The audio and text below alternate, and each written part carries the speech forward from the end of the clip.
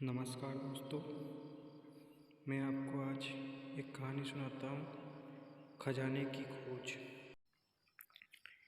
एक गांव में एक रामलाल नाम का एक किसान अपनी पत्नी और 4 लड़कों के साथ रहता था।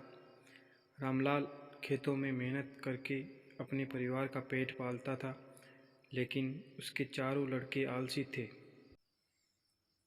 जो गांव में वैसे ही इधर उधर घूमते रहते थे।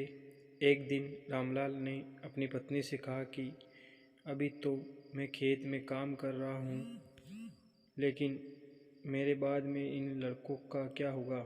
इन्होंने तो कभी मेहनत भी नहीं करी, ये तो कभी खेत में भी नहीं गए।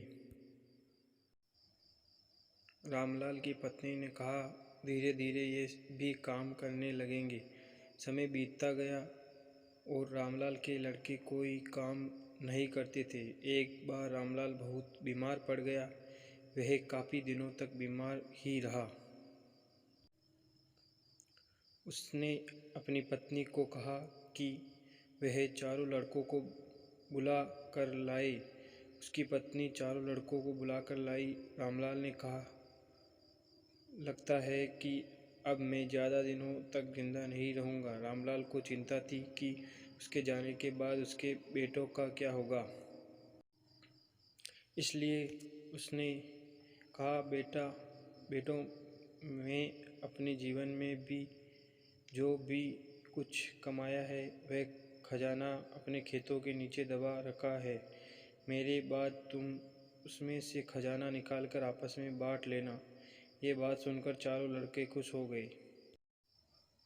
कुछ समय बाद रामलाल की मृत्यु हो गई। रामलाल की मृत्यु के कुछ दिनों बाद उसके लड़के खेत में दबा खजाना निकालने गए। उन्होंने सुबह से लेकर शाम तक सारा खेत खोद दिया, लेकिन उनको कोई भी खजाना नजर नहीं आया।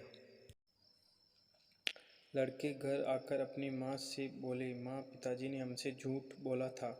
उस खेत में हमें कोई खजाना नहीं मिला। इसकी माँ ने बताया कि तुम्हारे पिताजी ने जीवन में यही घर और खेत ही कमाया है, लेकिन अब तुमने खेत खोद ही दिया है तो उसमें बीज बो दो।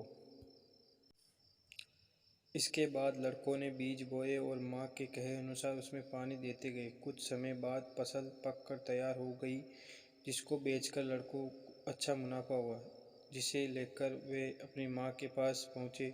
माँ ने कहा, तुम्हारी मेहनत ही असली खजाना है, यही तुम्हारे पिताजी तुमको समझाना चाहते थे। धन्यवाद दोस्तों।